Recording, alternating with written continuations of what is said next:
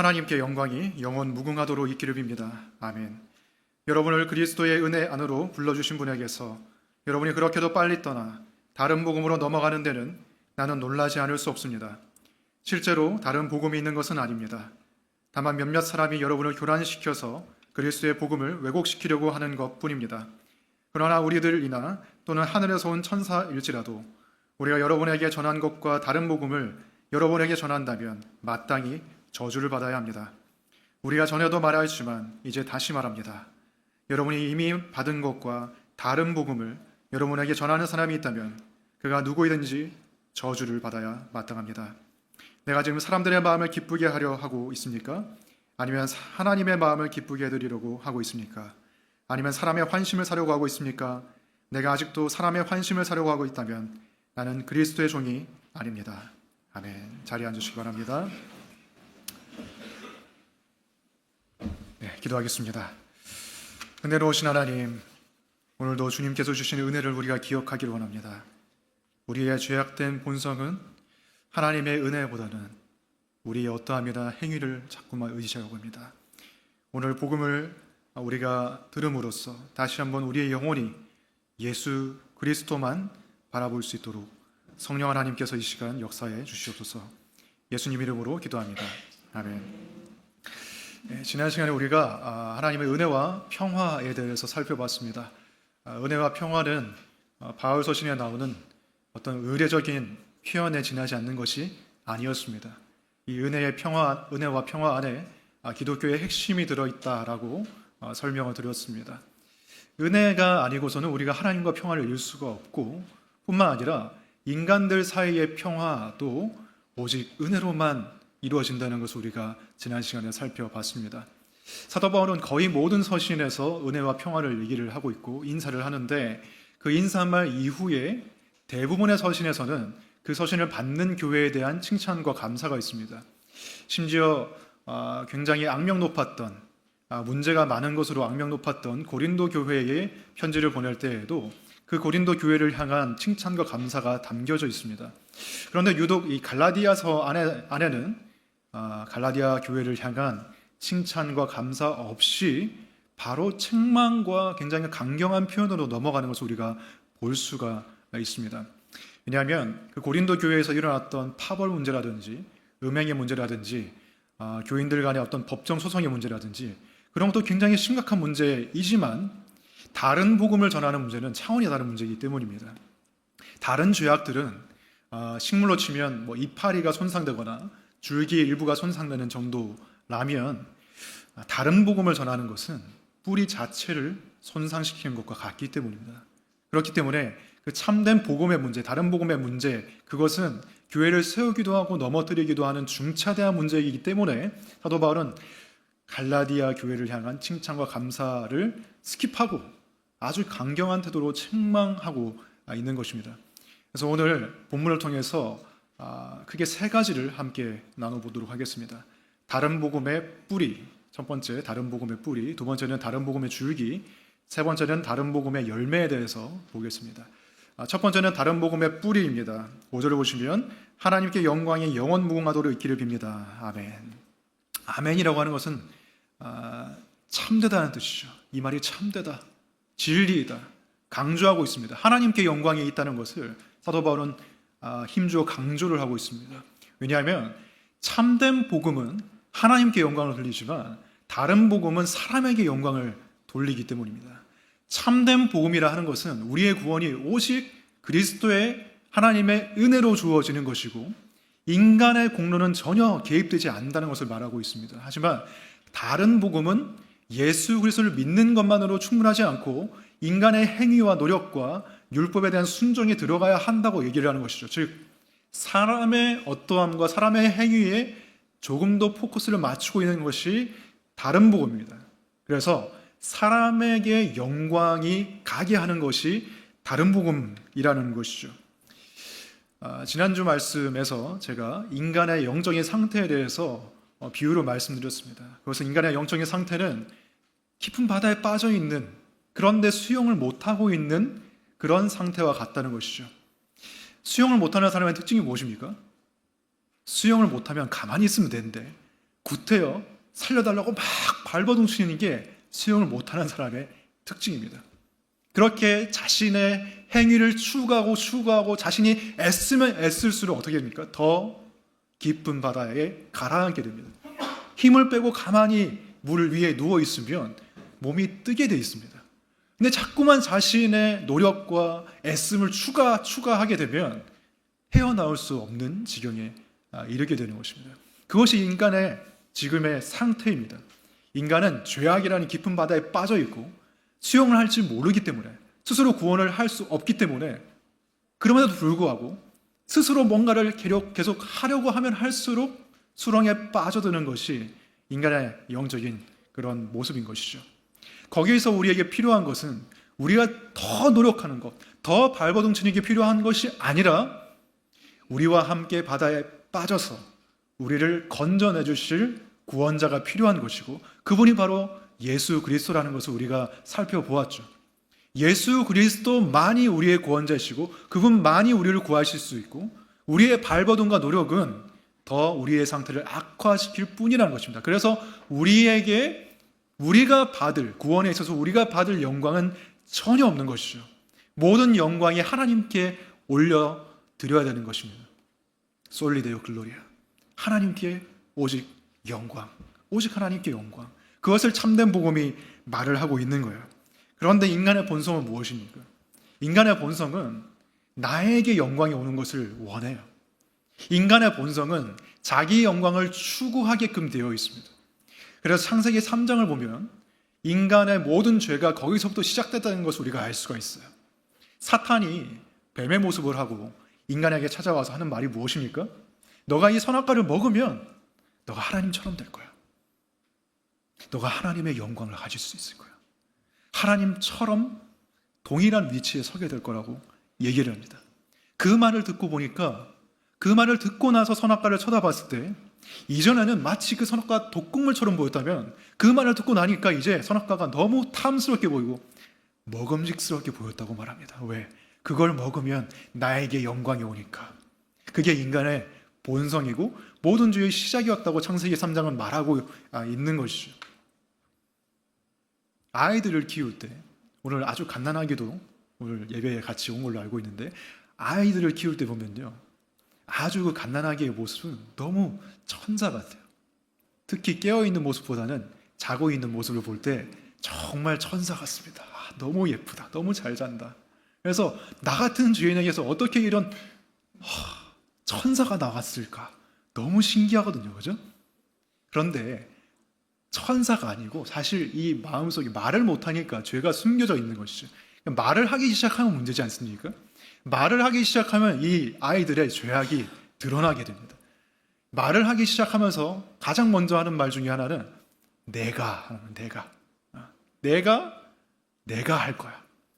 아빠 엄마가 하지 마, 내가 할 거야. 친구들 하지 마, 내가 할 거야.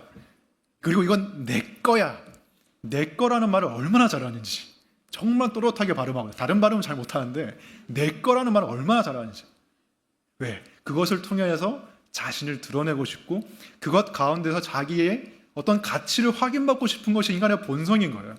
내 거, 내 소유, 내가 이뤄낸 일, 나의 어떠함, 거기에 나의 영광이 있기 때문에 그것을 자꾸 추구하는 것이 인간의 본성인 것이죠. 그러한 본성이 현대 사회에 정말 폭발적으로 나타나는 것 같습니다. 특히 이제 인스타그램 같은 것을 보면 모든 사람의 자기 영광 추구가 전시되어 있는 어떤 전시장 같지 않습니까? 인스타그램은 이 절망이 없다, 그런 책도 있는데, 인스타그램에는 자신의 어떤 영광스러운 그런 장면을 포착해서 다 업로드하지 않습니까? 인스타하지 않으면 이제 카톡 프로필 보면 가장 인생의 찬란한 순간을 포착해서 거기에 이제 전시해 놓지 않습니까? 저도 마찬가지예요. 저도 제가 좀 자랑하고 싶은 사진을 올려놓고 그렇게 합니다. 인간이 그래요. 인간이 다 자신의 영광을 드러내고 싶어하고 거기서 존재 가치를 확인받고 싶어하는 것이 인간이에요. 꼭 SNS 안 하더라도 다 마음속에 조금의 부러워하는 마음, 누군가를 질투하는 마음, 시기하는 마음이 조금씩 있단 말이죠. 왜 그렇습니까? 내 영광보다 커 보이는 다른 사람의 영광을 볼 때 내가 그것을 빼앗고 싶거나 아니면은 그 위치에 내가 올라가고 싶은 것이 인간의 그런 본성인 것이죠. 그렇기 때문에 갈라디아 교인들이 그렇게도 빨리, 그렇게도 놀랍게도 신속하게 은혜에서 다른 복음으로 옮겨간 것입니다. 그래서 6절 다시 보시면 여러분을 그리스도의 은혜 안으로 불러주신 분에게서 여러분이 그렇게도 빨리 떠나 다른 복음으로 넘어간 데는 나는 놀라지 않을 수 없습니다. 은혜로 부르심을 받았고 은혜에서 시작했지만 그렇게 빨리 다른 복음으로 넘어가는 이유는 그것이 너무나 매력적이기 때문이에요. 구원에 있어서 내가 기여할 수 있는 것이 있다는 것 자체가 나의 영광에 기여하는 것이기 때문에, 나의 지분을 주장하는 것이기 때문에 그것에 마음을 빼앗기는 것입니다. 그래서 복음을 전하는 것이 그래서 어려운 거예요. 믿지 않는 사람에게 복음을 전할 때 가장 먼저 설득해야 되는 것이 무엇입니까? 당신이 죄인이라는 것입니다. 당신 스스로는 구원받을 수 없는 죄인이라는 것을 설득시키는 것이 가장 어려워요. 당신은 죄인이다라고 말하면 사람들이 뭐라고 반응합니까? 제가 왜 죄인이죠? 교회 다니는 사람들보다 제가 더 착해요. 교회 다니는 사람들보다 제가 더 인생을 어떻게 보면 잘 살아가고 있어요. 제가 왜 죄인입니까? 제가 왜 제 인생을 구원하지 못합니까? 이런 마음을 가지고 있기 때문에 전도하는 게 그토록 힘든 것입니다. 그토록 힘든 것을 성령께서 바꾸는 것이 이제 거듭남인 것이죠.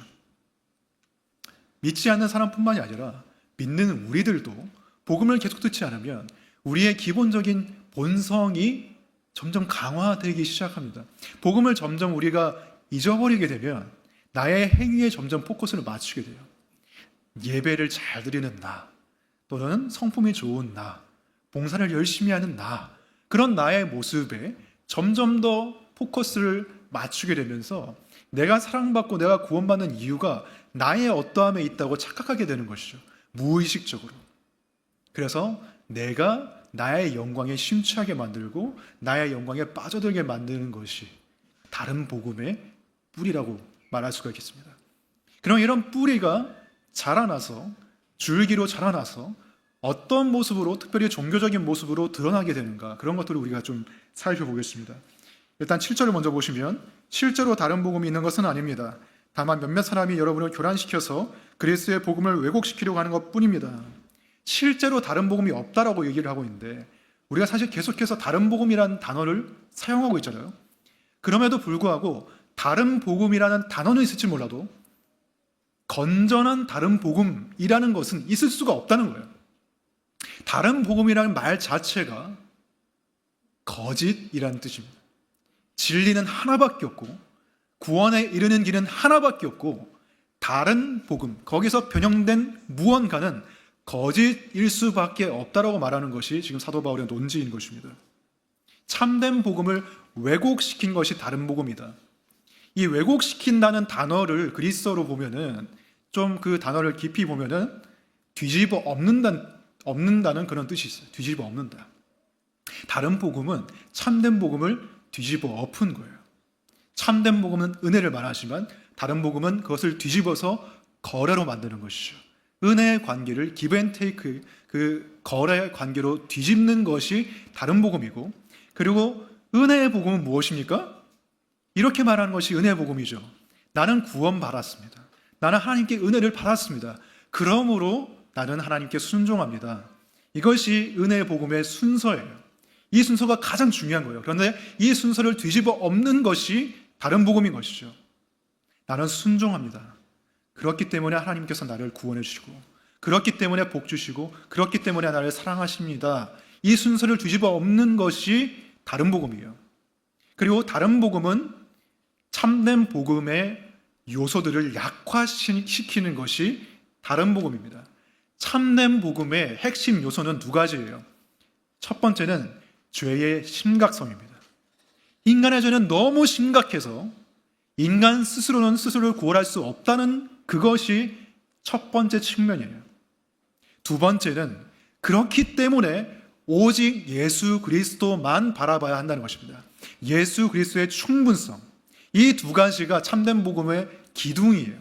죄의 심각성과 예수 그리스도의 충분성, 이 두 가지를 약화시켜서 인간의 죄악됨을 보지 못하게 만들고 또는 가볍게 만들고 예수 그리스도 외에 다른 인간의 무언가를 바라보도록 만드는 그것이 다른 복음인 것이죠.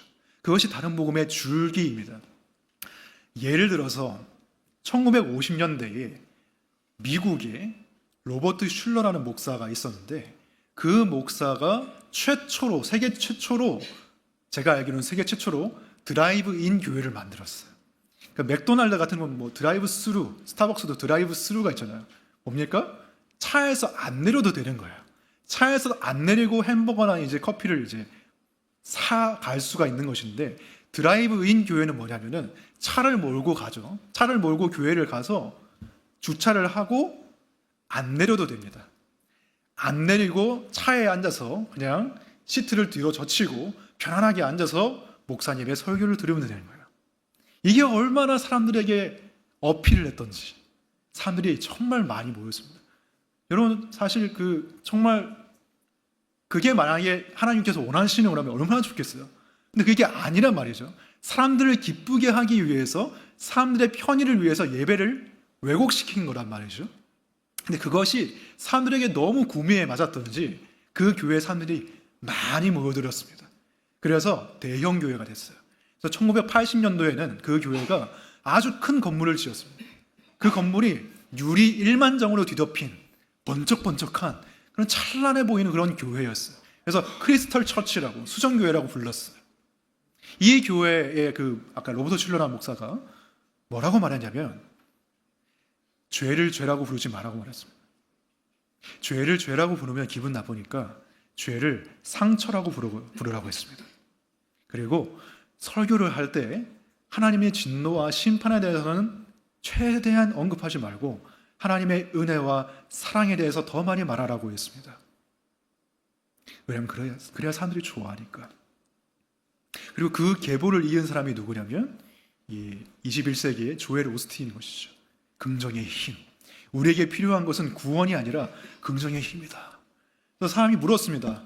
인터뷰를 했습니다. 그 사람을. 왜 당신은 지옥이나 죄에 대해서 말하지 않습니까? 심판에 대해서 말하지 않습니까? 그 사람이 이렇게 말하는 거예요. 안 그래도 우리 성도님들이 얼마나 힘듭니까? 세상 속에서 이리 치이고 저리 치이고 상처받고 얼마나 바쁘고 힘든데 그 사람들이 교회에 와서 또 막 야단 맞고 죄에 대해서 설교를 듣는 게 얼마나 힘들겠습니까? 교회는 긍정적인 말을 하는 곳이 되어야 합니다. 이렇게 했습니다. 긍정이 필요한 거긴 하지만 죄를 생략한 긍정을 얘기를 하는 것이죠. 그리고 십자가 없는 긍정을 얘기를 하는 것이죠. 죄는 상처라고 얘기하는 것입니다. 이런 죄를 상처라고 바꾸면 어떻게 되는 것입니까? 우리는 하나님께 반역한 죄인이 아니고 우리는 회개가 필요한 죄인이 아니고 그냥 상처를 치유받아야 되는 의인인 거예요. 내가 상처받은 사람이라고 하는 것은 내가 잘못한 게 아니란 뜻이에요. 나의 가정 환경이나 나의 성장 배경이나 주위 사람들이 나한테 잘못한 것이 내가 잘못한 거는 없다는 거예요. 그래서 상담이라는 것이 사실 굉장히 좋은 측면이 있잖아요. 우리의 인생에 내가 보지 못한 부분을 발견하게 만들고 지침을 제공해주고 삶을 개선시켜주는 그런 좋은 기능도 있는데 사실 뭐든지 좋은 게 있고 나쁜 게 있잖아요. 설교도 좋은 설교가 있고 나쁜 설교가 있고 음식도 좋은 음식이 있고 나쁜 음식이 있는데 어떤 상담은 너무 상처에만 집중하게 만듭니다. 당신이 잘못한 것은 없습니다. 당신의 성장 배경이 불우했던 것이고 당신의 환경이 지금 당신을 그렇게 만든 것이지 당신에게 필요한 것은 그냥 상처의 치유이고 긍정적인 마인드에 불과합니다. 근데 교회가 이렇게 되면 어떻게 되는 거예요? 교회가 그냥 사람들을 위로하는 공간이 되고 그러나 사람들을 구원하는 공동체는 못 되는 거예요. 죄와 사망의 문제에 대해서 얘기를 하지 않으니까. 그 상처가 다 어디서 비롯된 것입니까? 죄에서 비롯된 거잖아요. 죄와 우상 숭배에서 비롯된 거잖아요. 내가 하나님보다 더 의지하고 사랑하는 것이 있으니까 그 안에서 그 망가진 세상 속에서 상처를 받는 것인데 죄에 대해서 말하지 않는다면 그것은 진짜 치료를 제껴두고 피상적인 치료를 하는 것과 같은 것이죠. 근데 성경은 뭐라고 말하고 있습니까? 디모데후서 3장 16절을 보시면 모든 성경은 하나님의 영감으로 된 것으로서 교훈과 책망과 바르게 함과 의로 교육하기에 유익하다고 말을 하고 있습니다. 성경의 목적 중에 여러 가지가 있지만 거기서 위로도 있고 격려도 있고 우리를 응원하는 것도 있지만 가장 중요한 목적은 교훈과 책망과 바르게 함과 의로 교육함이라는 거예요. 왜? 우리는 죄인이니까. 우리의 죄를 들춰내고 폭로해서 우리를 예수 그리스도께 데리고 가는 것이 성경의 주된 목적이지, 당신은 아무 잘못이 없고 당신은 그냥 치유만 필요합니다고 말하는 것이 성경이나 기독교나 교회가 아니라는 것입니다. 우리는 죄인이에요. 그냥 상처받은 의인이 아니에요. 예수님께서 말씀하셨습니다. 나는 의인을 부르러 온 것이 아니라 죄인을 부르러 왔다. 우리는 다 우상 숭배자들입니다. 우리는 성경에 의해서 고침받아야 되는, 회개해야 되는 죄인들이 것이죠. 그게 복음이 말하는 것입니다. 복음의 첫 번째 핵심이 죄의 심각성이라고 했습니다. 두 번째는 예수 그리스도의 충분성인데, 예수 그리스도의 충분성에 대해서 말하지 않는 교회들이 있습니다.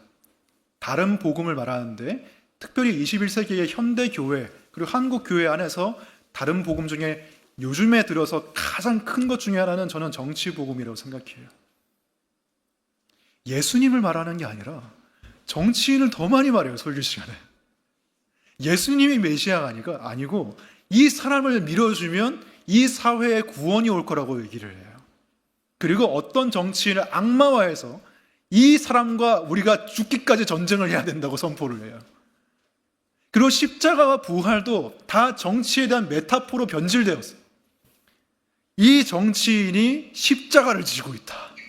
이 정치인이 재기에 성공해서 부활했다. 이런 식으로 복음에 대한 모든 용어들이 정치에 대한 것으로 변질되고 차용되고 있습니다. 그래서 다른 복음이에요. 정치가 구원을 준다고 말하는 것이 다른 복음이에요. 거기에 빠져든 많은 교회들이 있습니다. 정치는 중요한 것이지만 우리의 죄와 사망의 문제를 해결해 주지 못해요.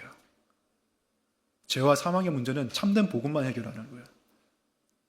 그리고 뿐만 아니라 또 다른 종류의 다른 복음이 있다고 생각하는데, 전자는 약간 그런 측면이 있습니다. 약간 보수적인 교회가 그런 측면이 있고, 후자는 약간 진보적인 교회가 그런 측면이 있습니다.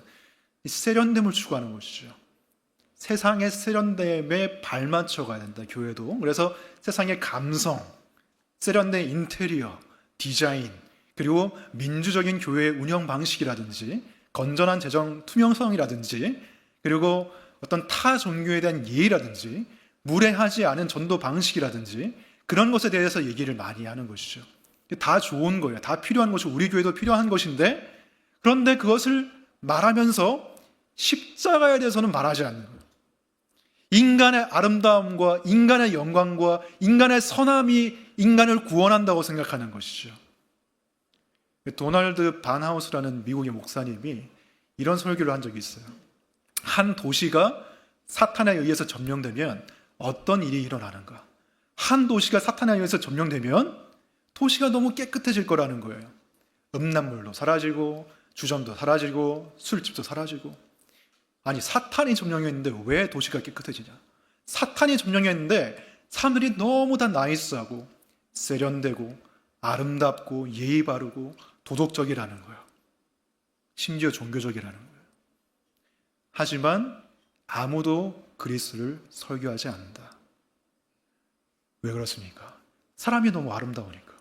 사람이 겉으로 보기엔 너무 영광스럽고 사람이 겉으로 봤을 때 아무 문제가 없어 보이니까, 그렇게 계속 포장하니까, 거기에만 혈안이 되어 있으니까 예수님을 아무도 찾지 않고 아무도 예수님을 설교하지 않는 것입니다. 그것이 또한 다른 복음입니다. 인간의 영광을 너무 부각시킨 나머지, 인간의 죄악상을 너무나 인간의 모습으로, 인간의 방법으로 포장한 나머지 그리스도를 아무도 찾지 않는 것. 이것 또한 다른 복음이란 것입니다. 그렇다면 우리가 다른 복음의 줄기에 대해서 살펴봤는데, 다른 복음의 열매는 무엇인가? 이 줄기의 끝에 맺혀지는 열매가 무엇인가? 8절 9절을 보겠습니다. 그러나 우리들이나 또는 하늘에서 내려온 천사일지라도 우리가 여러분에게 전한 것과 다른 복음을 여러분에게 전한다면 마땅히 저주를 받아야 합니다. 우리가 전에도 말하였지만 이제 다시 말합니다. 여러분이 이미 받은 것과 다른 복음을 여러분에게 전하는 사람이 있다면 그가 누구이든지 저주를 받아야 마땅합니다. 사도 바울은 지금 두 절에 걸쳐서 같은 것을 말하고 있습니다. 다른 복음을 전하면 그게 누구이든지 저주를 받아야 합니다. 저주를 받을지어다. 기억개정에 이렇게 나와 있죠. 그게 누구이든지. 이 저주가 무엇입니까? NIV 성경을 보면 eternally condemned라고 되어 있습니다. 영원한 정죄, 영원한 멸망. 왜냐하면 유일한 구주이신 예수 그리스도를 제껴 놓은 것이기 때문에, 인간을 구세주로 대체한 것이기 때문에 그 끝은 영원한 멸망일 수밖에 없다는 거예요. 영원한 정죄일 수밖에 없다는 것입니다. 그런 사도 바울은 굉장히 공평해요 지금. 왜냐하면 8절에 맨 처음 보시면 자기 자신도 그 저주의 대상에 포함시키고 있습니다. 그러나 우리들이나 라고 말합니다. 우리들이나. 여기에 우리는 사도 바울도 포함되어 있는 거예요. 나라고 할지라도 내가 사도이지만 내가 사도의 이름으로 다른 복음을 전한다면 나도 마땅히 저주를 받을지어다 라고 말을 하고 있습니다. 왜? 나도 인간이기 때문에, 나도 죄인이기 때문에, 나도 사람의 영광에 끌리기 때문이에요. 아무리 사도라 할지라도. 그러나 깨어있도록 자신을 치고 복음에 복종시키는 삶을 사도 바울이 살고 있기 때문에 사도 바울이 사도일 수가 있는 거예요. 우리 교회도 마찬가지입니다. 우리 교회도 복음 중심의 교회로 시작했지만 만약에 그런 일이 없기를 바라지만 다른 복음에 이끌리게 된다면 우리 교회도 저주를 받겠죠. 조심해야 되는 것입니다. 특별히 교회 자체에 대한 의로움을 우리가 좀 인식을 해야 됩니다. 어떤 사람들은 제가 어떤 교회를 다닙니다라고 하는데 거기에 약간 자기 의로움이 묻어 있어요. 저는 사랑이 넘치는 교회 다니고 있습니다. 저는 소망이 넘치는 교회를 다니고 있습니다. 그래서 누구든지 알아 그 교회를. 그럼 약간 거기 약간 나 큰 교회를 다니고 있다는 그런 약간 자부심이 느껴지거든요. 저는 카비너트 교회를 다닙니다 하면 못 알아듣죠? 하지만 그럼에도 불구하고 거기에 자기 의의가 있을 수 있어요. 왜냐하면 우리 교회는 그래도 참된 복음을 전하는 교회잖아. 우리 교회는 그래도 건전한 교회, 건강한 교회. 내가 그 교회를 다니고 있기 때문에 나는 더 가치 있는 존재야 라고 생각한다면 그것 또한 나의 의로움이고 자칫 잘못하면 다른 복음의 원리로 우리가 살아갈 수가 있는 것이에요. 우리의 의로움은 오직 예수 그리스도입니다. 교회도 아니고 나 자신도 아니에요. 그것에 대해서 우리가 깨어있을 필요가 있습니다. 사도 바울이 말하는 저주가 첫째는 내세에 있어서 영원한 저주를 받는 것인데 현세에 있어서도 우리가 그 저주를 영향을 받을 수가 있어요. 첫 번째는 하나님으로부터 죄책감과 정죄감과 불안함에서 우리가 빠져나올 수가 없어요. 나의 행위에 집중하게 되면, 나의 어떠함과 나의 성취에 집중하게 되면 약간 우리가 정신병까지는 아닌데 그 근처에까지 갈 수가 있어요. 저도 그랬던 것 같아요. 내 행위에 집중하니까 내가 정말 경건하고 내가 봤을 때도 착하게 살았을 때는 나보다 천국에 가까운 사람이 없어. 나는 정말 천국 하늘의 시민권자야. 나는 정말 하나님의 아들이야. 이런 생각이 막 충만해요. 그런데 또 어느 날은 내가 그렇게 살지 못한단 말이에요. 내가 형편없이 살아가는 때도 있단 말이에요. 그럴 때는 내가 진짜 지옥 백성 같은 그런 느낌이 든단 말이죠. 그렇게 막 절망하고 있다가 어느 날 찬양을 부르는데 눈물이 나는 거예요. 다행이다. 눈물을 흘려서. 이 눈물이 나의 구원의 증표야. 이렇게 생각하는 거예요. 그러다 나는 은혜에 대한 감각이 있구나. 난 그래도 복음을 믿는 사람이구나. 말하면서 막 눈물을 막 흘려. 근데 그 다음날 또 죄를 지어. 어제 눈물은 뭐였지? 이런 생각이 또 드는 거예요.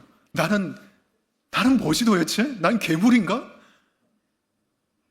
그런 삶에는 불안감과 정죄감만 있을 뿐이에요. 계속 왔다 갔다 하는 것이죠. 롤러코스터를 타는 거예요. 그런 삶에서 벗어날 수 있게 하는 것이 참된 복음이에요. 왜? 참된 복음은 수시로 바뀌는 나의 행위와 나의 어떠함과 나의 감정의 기초를 두는 것이 아니라 이미 일어난 예수 그리스도의 십자가와 부활의 기초를 하기 때문에 바꿀 수가 없는 거예요. 우리가 구원받은 것은 우리의 믿음이 강하기 때문이 아니에요. 믿습니다 하는 그런 강함이 있기 때문에 우리가 구원을 받는 게 아니에요. 예수 그리스도가 강하시기 때문에 우리가 구원을 받는 거예요. 여러분들 다 의자에 앉아 있잖아요. 의자에 앉아 있는데 막 하체 근육이 막 펌핑 돼가지고 그렇게 막 허벅지가 튼튼하신 분만 의자에서 쉴 수 있는 게 아니란 말이죠. 자신의 하체 근육이 강함 때문에 의자에 앉아 있을 수 있는 게 아니에요. 아무리 하체 근육이 강해도, 아무리 열심히 운동을 해도 의자 자체가 부실하면 그냥 자빠지는 거예요. 근데 아무리 내가 근육이 없어도 의자가 튼튼하면 나는 앉아서 쉴 수 있는 거야. 마찬가지로 우리의 믿음은 보잘 것 없어요, 사실. 의심도 하고 또 약해지기도 하고 좋아질 때도 있어요. 하지만 겨자씨일 만한 믿음만 있으면 우리의 믿음의 대상이신 예수 그리스도께서 우리를 구원하시는 것입니다. 그래서 우리는 쉴 수가 있는 것입니다. 그래서 우리는 불안해하지 않을 수가 있는 것입니다. 그것이 하나님과의 관계에서도 영향을 미치지만 사람과의 관계에서도 영향을 미치죠. 우리가 하나님으로부터 오는 정죄감과 죄책감과 그 불안감도 힘든 측면이 있지만 더 힘든 것은 사람에게 거부당하는 느낌, 사람에게 가치 평가를 제대로 받지 못하는 느낌, 사람에게 내가 죄책감 느끼고 사람에게 어떤 거절감을 느끼는 것이 더 클 때가 있습니다. 그것 또한 참된 복음을 우리가 따르지 않기 때문이에요. 나의 영광이 나의 어떠함과 그것을 인정해주는 다른 사람에 의해서 달려있다고 생각하기 때문에 그 원리 가운데 자기 영광 추구를 하면 할수록 거기에 매이면서 불안해지고 저주에 빠지는 것입니다. 사람들이 나를 인정해줄 때 너무 기뻐. 세상을 다 가진 것 같아요. 근데 사람들이 나를 조금만 무시할 때도 하면 그냥 막 동굴 속으로 들어가는 것이. 그런 불안감 속에서 우리가 살아갈 때가 많지만 우리가 그 모든 저주에서 해방될 수 있는 이유는 무엇입니까? 갈라디아서를 보면 저주에 대한 내용이 또 한 번 언급되는 장이 있는데 거기가 갈라디아서 3장입니다. 갈라디아서 3장을 보시면 이런 말씀이 있습니다. 그리스도께서 우리를 위하여 저주를 받은 사람이 되심으로써 우리를 율법의 저주에서 속량해 주셨습니다. 기록된 바 나무에 달린 자는 모두 저주를 받은 자이다 하였기 때문입니다. 우리가 영원한 정죄와 그리고 이 땅에서 살아가면서 모든 불안감과 죄책감과 정죄감에서 빠져나올 수 있는 유일한 이유는 예수 그리스도께서 나무에 달리셔서 우리의 모든 저주를 감당하셨기 때문입니다. 그 때문에 우리가 하나님과의 관계에 있어서도 안정감을 가질 수 있는 것이고 사람들과의 관계에 있어서도 흔들리지 않는 담대함을 가지게 되는 것입니다. 그래서 사도 바울이 10절에서 이렇게 말하는 것이죠. 내가 지금 사람들의 마음을 기쁘게 하려 하고 있습니까?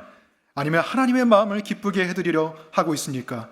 아니면 사람의 환심을 사려 하고 있습니까? 내가 아직도 사람의 환심을 사려고 하고 있다면 나는 그리스도의 종이 아닙니다.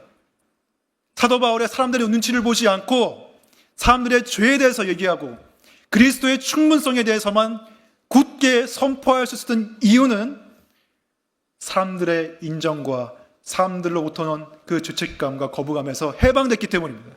그 모든 저주에서 해방됐기 때문입니다.